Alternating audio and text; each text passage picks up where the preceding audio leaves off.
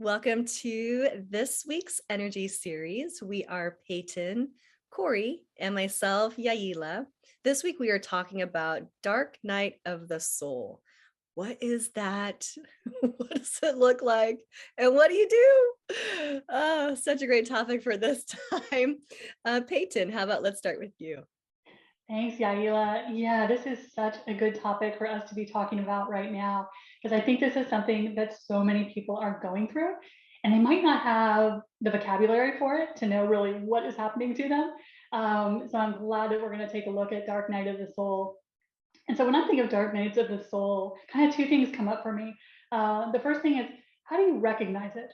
So you think you might be going through one, but what are some of the signs of a dark night of the soul? And then the second question, of course, is what do you do about it? So when I think about a dark night of the soul, it's something that's kind of hard for me to define. And so the way I like to think about it is when my higher self kicks my butt onto my spiritual path. And so that's kind of how it looked like for me. And I think this is one of those processes that's going to be very individual. So if you are going through something that doesn't exactly match what we described, that's perfectly fine. You kind of have to feel this in your gut to know if this is what is going on in your life. So some of the signs of my dark night of the soul, or some of the things that kind of trigger to me that a client might be going through a dark night of the soul. First of all, it seems to be when big things in your life are being ripped away from you or collapsing. So it may be that relationships are imploding, your career is derailing, maybe your health is unraveling. But for me, a dark night of the soul is something major. It is not that week where you're feeling a little off or a little down in the dumps. Your dark night of the soul, in my experience, and what I've seen with most of my clients, is that it's a very severe or shocking time in your life where it seems like very extreme things are happening. Your whole life is kind of collapsing at the same time. If that is the kind of thing that you're going through, you may be in dark night of the soul territory. And another thing that might be a good warning sign for dark night of the soul is this is something that can last a while. My dark night of the soul lasted 3 years. And I think that's probably, I hope it is atypical for everyone's sake. But just know that this is, again, it's not that one day you feel kind of funky and then the next day you're back to normal. That was probably not a dark night of the soul. A dark night of the soul for me is when the universe or your higher self, however you like to look at it, is putting you on a major course correction. And so you're going to see things that are going to take you a little time to kind of work through them. So look for it to be very, very extreme, would be the word that I use for it, and to go on for a while. This isn't necessarily something you're going to overcome in a week or two or a day or two. So those are some of the things. I also notice with dark nights of the soul is that it tends to happen in a lot of people earlier in their spiritual journey. So for me, this is what actually put me on the spiritual path. I was in such a dark night of the soul for so long that I knew I was being redirected in a major way. I just didn't know what I was being directed to. So, with this, it was happening very early in my journey when I didn't have any tools. I didn't know how to heal. I didn't know what energy work was. And so a lot of people really get sucked under with dark nights because they don't yet have the tools to work through them. So that's another thing that if it's happening kind of earlier in your spiritual journey, that can be one of those signs that you're going through a dark night of the soul. And then the other thing that comes to mind for me is my dark night of the soul was very paralyzing. So it was one of those times where I knew I was being separated from something. In my case, it was my career. I had built my entire identity, my entire, concept of myself around this career that I worked 15 years to build. And the universe was telling me it was time to move on. And it was absolutely paralyzing because I had no plan B. So a lot of times in your dark nights of the soul, it can be very disorienting because you see what's not working anymore, you see what's collapsing, but you don't necessarily know what's filling in behind it. So it can cause these feelings of being disoriented, paralyzed, hopeless. For me, it put me into a really deep depression for a long time. So it's something that is going to be a major event in your life in most cases. So those are some of the things that I would describe as kind of signs that you can look for to see if what you're going through might be a dark night of the soul. So then what do you do about it? So say you're checking off these boxes as we go through them. You're like, yep, it's terrible. Yep, it's been going on a while. What do you do? Well, the first thing that I always recommend, and I like to look back at it and go, okay, what would I have done differently? Or how would I help my clients who are going through this same thing? The first thing that I would encourage you to do is to get help from someone who can help you see what you can't see. And so this is what turned around my dark night of the soul. Was I was so much at my wit's end, and it had gone on for so long that I went to my first psychic medium, which I never would have done in a million years under ordinary circumstances. But the beautiful thing was she could see what I couldn't see. She was the one who introduced me to energy work, told me that I was supposed to be doing, intuitive work and spiritual work. And this was a world I didn't even know existed. So if I had tried to fight my way out of my dark night of the soul by myself, I would probably still be shoveling, because I literally didn't know that my soul path even existed. So going to someone who is an intuitive coach, an intuitive teacher, can take so much time off of your recovery process, because they can connect with your higher self, with your guides, with your soul blueprint, and help you see what you can't see. And again, that's one of the most frustrating parts of a dark night of the soul, is you don't know what that next step is. So my first piece of advice, and something I wish I had done much sooner, is get help from someone who can see those parts of you that you can't see yet. The second thing that I would always recommend, and the three of us talk about this all the time, get energy tools. And so that's always great to be learning about spirituality and practice, to be hearing the concepts, watching the cute videos. That's all great, but you need concrete tools. You need the tools to help you move the energy, integrate the energy, and get it out of your space. So whoever you are resonating with as a teacher, make sure they're teaching you concrete tools. And if you need help with that, see our videos down below. We have tons of videos on how to do energy healing, some of the tools that we all recommend. So check those out if you know you're not really strong in the tool department. Then the third thing I would recommend, because I made this mistake myself, practice letting go. In your dark night of the soul, you'll be pretty clear on what is being removed from your life. Like, I knew that it was my career that was kind of being pulled away from me, or that I was being guided to move away from, but I held on. I dug my fingernails in, because I couldn't see an alternative. And when you can't see an alternative, we tend to cling to what is falling down. And all that happens is you get dragged behind the bus a lot longer. So my third suggestion, let go, surrender, trust that your higher self knows the next step, and the next step will be even better. And this all comes down to trust and faith. But it will make your dark night of the soul so much quicker to move through if you're not clinging to that thing that's burning down. So having learned that one the hard way, that's always something I recommend. And then finally, the last thing that is so incredibly valuable is healing. Whether that is learning a healing modality, going to take classes yourself if that is something that interests you, or just go to a healer. And there are tons of modalities out there. Go to whatever resonates with you, whatever you feel interested in. But the healer will be able to help move some of that stuck energy out of you that you don't have maybe the tools or the skills yet to move out on your own. So if you do those 3 or 4 things, you will move through your dark night of the soul more quickly and more comfortably. And you will be getting personal insights from a teacher or coach to help you navigate onto the path that you're supposed to be on, because it can be hard to find that when you're in the middle of your dark night and you're very traumatized, you're in pain, you are struggling. It can be hard to hear your intuition. That's why, again, I always recommend seek help from someone who can see what you can't at that particular moment. So that is how I would navigate a dark night of the soul if I had to do it over again. How about you, Corey? What's your experience then? That was great, Peyton. I had the opposite, which, what you were saying was we all have it differently.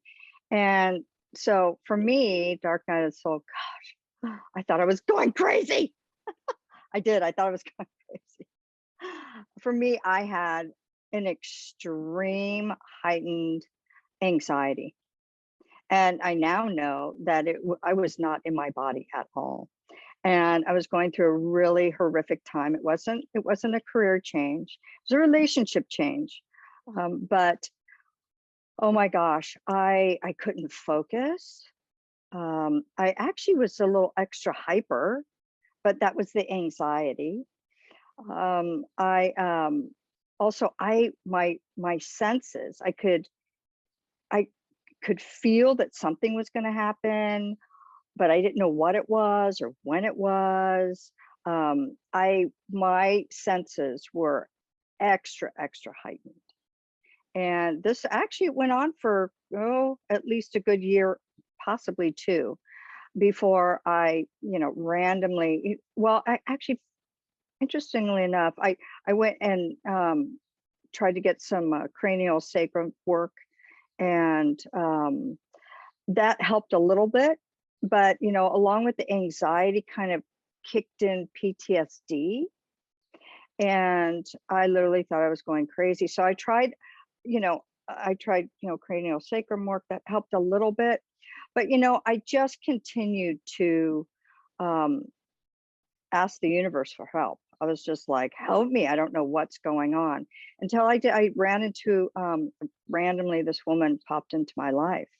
And I had done years of therapy. I had done years of 12-step work. And I'd done a lot of work on myself. And so that was part of it, that I was like, what the heck is going on? Because I was still doing some of that stuff, and nothing was working. And then I ran into this lady, and the first thing I said to her was like, turn this off. I didn't know what I was talking about, but I was like, turn this off. And she explained to me that, about energy work, energy healing. And she was a spiritual counselor, but she started doing energy healing on me. And she said, no, you don't want to turn it off. And I said, well, I can feel absolutely everything all at once, help me. So she started to remove the energy that was stagnant in my body, that was creating that dark night of the soul, that, all my intuitive channels were just wide open. And I had energy that was stuck in my body that didn't know any different from 10 years ago, 5 years ago, 2 years ago, and it had lit up in my body. And so that was the beginning. And from there, I started to get training. I learned about energy work. The dark night of the soul, it's extreme. It is extreme. And I liked what you said, Peyton, about it's not a bad day. It's not, being extra tired. Dark night of the soul is, and it can be different, but for me, it was all my psychic senses lit up. It was like a big warning sign. Mayday, mayday, mayday. You're not in the right place. You need to shift, And I couldn't manage it. I just couldn't. And until I found an energy healer. So from then, I did put myself in classes. I found that lady had explained to me what energy was, how it worked, that, the years of therapy, 12-step work, all of that stuff was great. However, it didn't didn't treat the energy that was stuck in my body.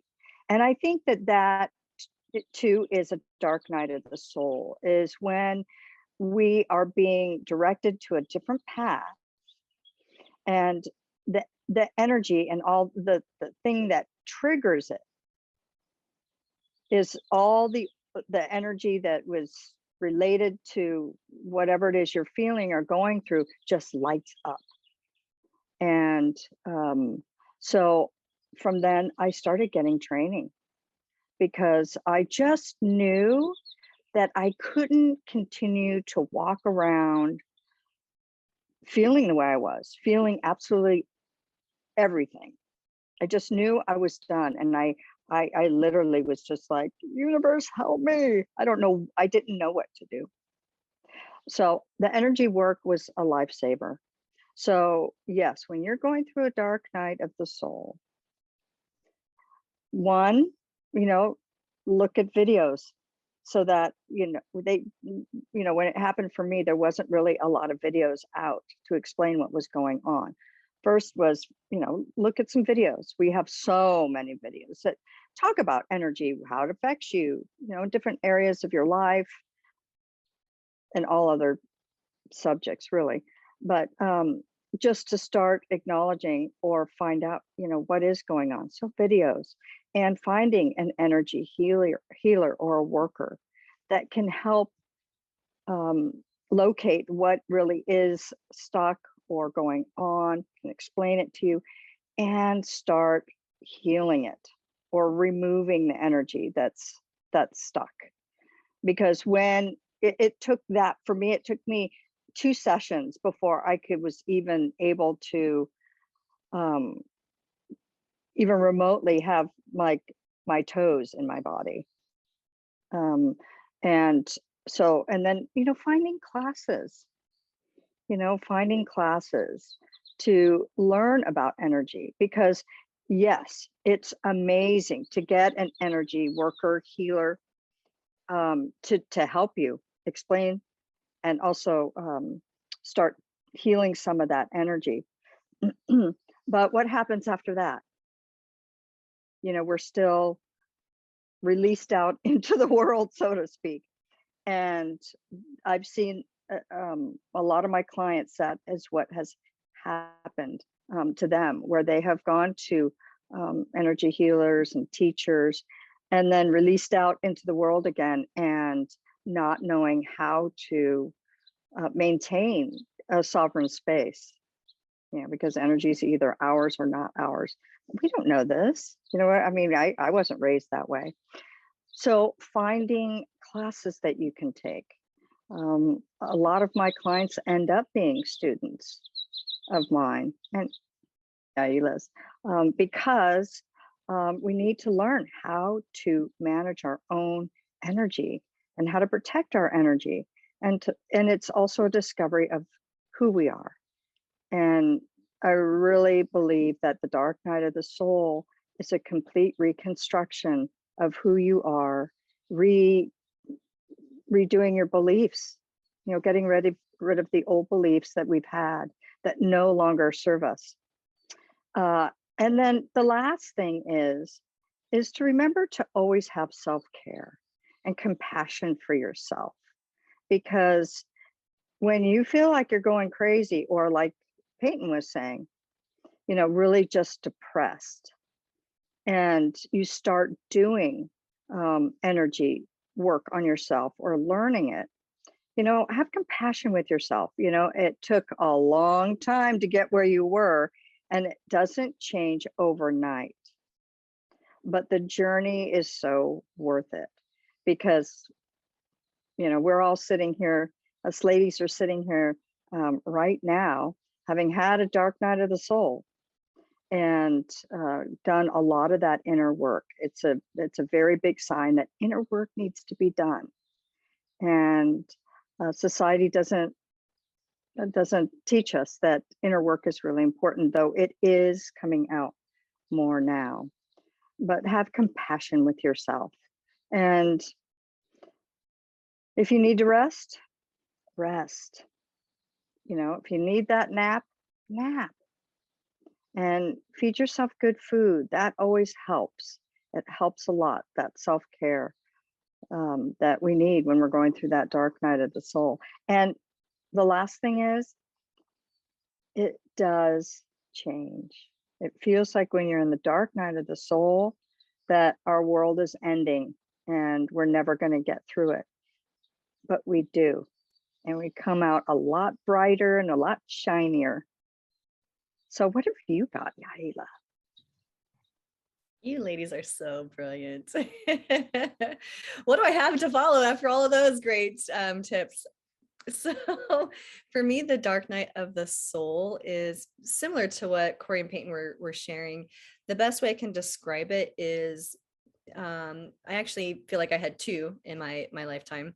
For me, a dark night of the soul is when you are coming into a new connection to your own self as a spiritual being. So some people call it the ego death. There's different forms of thought out there that you can connect with.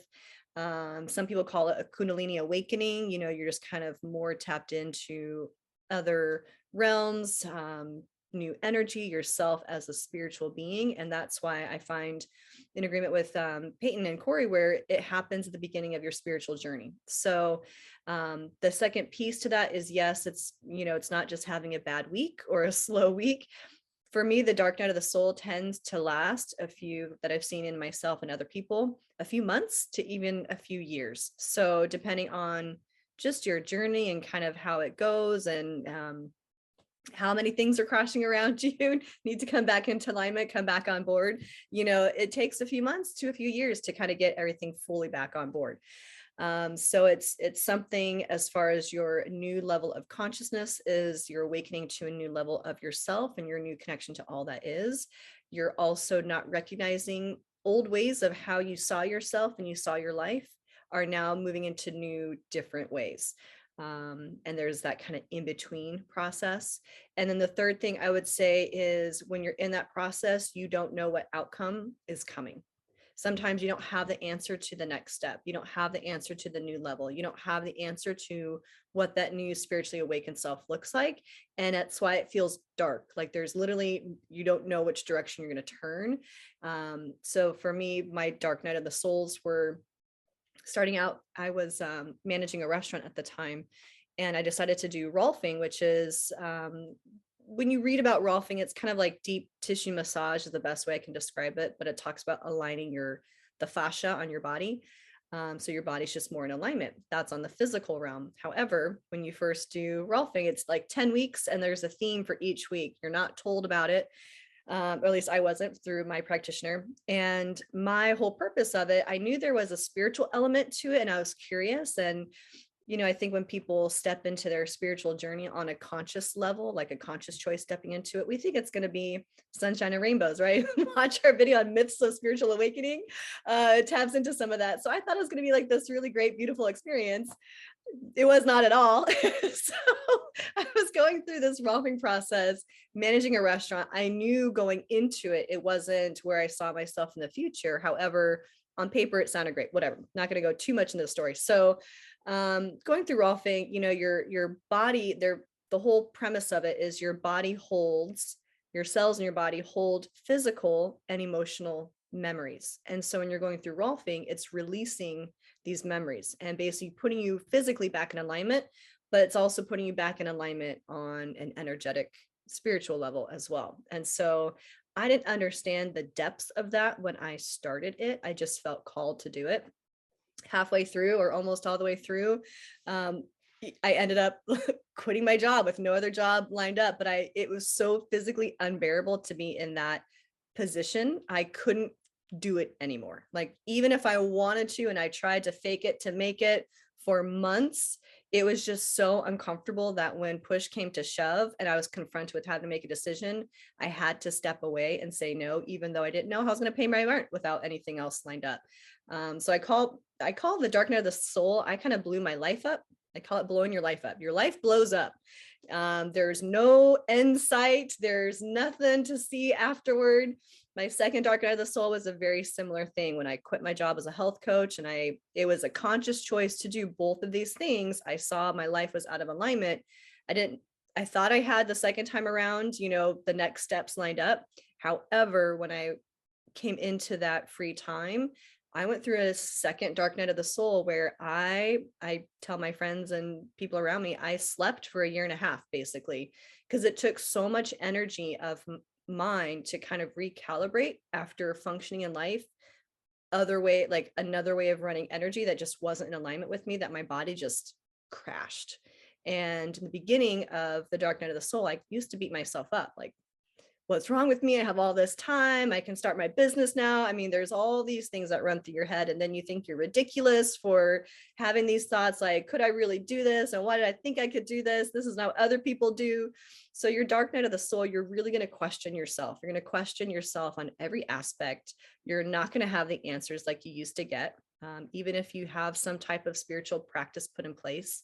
My second dark night of the soul, I started energy work classes. I was already in classes and I knew how to ground and run tools, but I still hit a dark night of the soul because there was a recalibration process that I had to come into alignment with. So it comes about even if you have every intention to avoid it, even if you may have gone through one previously, your life will explode. Think, relationships end, jobs end, moving locations happen. There's a lot for some people. They actually, when they're going through a journey, relationships, it's not just breakups, but it is people in their life have transitioned to the other side. They lose their support system in some way, shape, or form. There's a lot that happens that kind of crumbles around you when you're in this place. And so it's very scary. You don't know where you're going to go and you don't know how you're going to get out of it. So that's how you know you're in it. Much to, what Corey and Peyton were saying, as far as like, learn some tools, do the energy work. That was the one thing that I was staying in practice with once I knew those tools. And I feel like it probably saved me a few years of moving out of that dark night of the soul. The beginning, I beat myself up for wanting to rest, wanting to sleep. And after I just became okay with letting myself do that, I kind of let myself off the hook. Energy started moving faster. And so when you feel like you're in a dark night of the soul and kind of it feels like a depression, you're to me, I got numb, when my senses were heightened when I first started classes. And then when I hit my dark night of the soul, it got really numb to where the only thing I could do was just sleep. I took several naps a day. So once I started giving myself permission just to do that, then the energy started moving faster. And then I could actually see what was trying to come in because I wasn't so focused on what was wrong and what I wasn't doing and what I needed to be doing. I just let myself be in the moment, be as present as I possibly could, keep my energy as clear as I possibly could. And that's when the answers started to show up. That's when the next step started to come in. That's when I started to come back on board with what was in alignment versus what wasn't working. And it was a process. So in addition to, finding a healer, taking some classes, I would say giving yourself that time to rest. For me, depression just means deep rest. There's nothing, it's part of our journey. And when a lot of us are trying to mask ourselves going through that process, not really feeling the emotions, kind of disconnecting, we prolong the process. And on a collective level right now, we're kind of going through a dark night of the soul on a collective level. There's a lot that's changing. There's a lot new awarenesses coming in, and we're feeling it on these different levels. So we can go through a dark night of the soul as an individual, and then we're also going through it as a collective at this current time. So just know if you're not sure where that light is at the end of the tunnel, it feels like everything's crumbling around you. A lot of transition is happening, whether it's physical location, jobs, people in your life. Just know that things are being readjusted and realigned, and it's always a sign that the next level, your new step above or step forward, is coming in. So what's coming to the surface now is ready to be healed. And the biggest piece is just be present, keep your energy clear, finding that daily practice of just connecting in with yourself. And the answers will start to come when you just start being curious and letting yourself ask the questions, breaking it down into smaller chunks, because sometimes we want that final answer now. We want that final step. We want to be moved through it. And sometimes that's way too big of a bite to try and take. We need those smaller bites. So I would break it down today. Where can I focus today? Getting me closer, knowing, I want this in my life. What do I need today? And sometimes it was just to rest and let myself rest. Other days it was go to the ocean. Other days it was take a walk in the park. Another day it was, hey, write a bio about this and send it out to a colleague that you have, so there was things that started to come in once I gave permission to just trust that the current place I was in was exactly where I was meant to be. So that's what I would add. But ladies, how about anything else that you want to add to Dark Night of the Soul? Yeah, I think self-care is really hugely important, because we tend to blame ourselves and shame ourselves when we need that timing. But usually when we're going through a dark night of the soul, those things that are being removed from our life are things that have been so out of alignment for so long, and we have just been fighting it and fighting it, and our body needs time to release that. And as we always say in energy work, we can advance spiritually much faster than our bodies can advance. And so it's really important just to give your physical vehicle time to catch up with the changes. So if you need to nap, if you need to take salt baths every day, meditation always helps because it gets you out of the monkey mind. So you can hear that guidance coming in, but double checking that you're not shaming yourself or getting into judgment when you need more rest or more just time out or to get away from certain people or things. Whatever you need, whatever nurtures you, is a great direction to move in when you're trying to move through a dark night of the soul. So that's one last thing I would add. And I agree with you, ladies, both of you ladies. I don't really have anything more to add, but yes, self-care. Don't beat yourself up. Go ahead. Sorry, Corey. I think part of that self-care too is, as much as we like to get advice, from people who've been there, sometimes you have to protect where you're getting advice from. And if we're trying to get advice from the people who, our world is kind of crashing around and they've been a piece of that previous world, sometimes they're the last people you want to get advice from. Not that you don't love them, not that you don't respect their opinions or their advice, but sometimes you need that kind of outside perspective to help, bring you your own answers and find your own answers. So just as part of self-care, watching who you're getting advice from. And sometimes how we get set up out of alignment is because we're listening to what you should be doing, and versus connecting to what we aligned ourselves to. That's how you end up as a lawyer. Right? Don't should all over yourselves. Don't should all over yourselves. Or others. Or others for that matter. Should be just taken out of the the English language. Snip, snip. Yeah. Yep. We've all been guilty of that. Well, thank you so much for joining us for today. We hope talking about the Dark Night of the Soul was helpful for you. If you would like any additional support, but be sure to reach out to Peyton, Corey, or myself, and we're more than happy to help you. We have other videos and we all teach classes, so feel free to reach out. We thank you for joining us. If this was helpful, please like, share, comment, and we'll see you next week. Bye.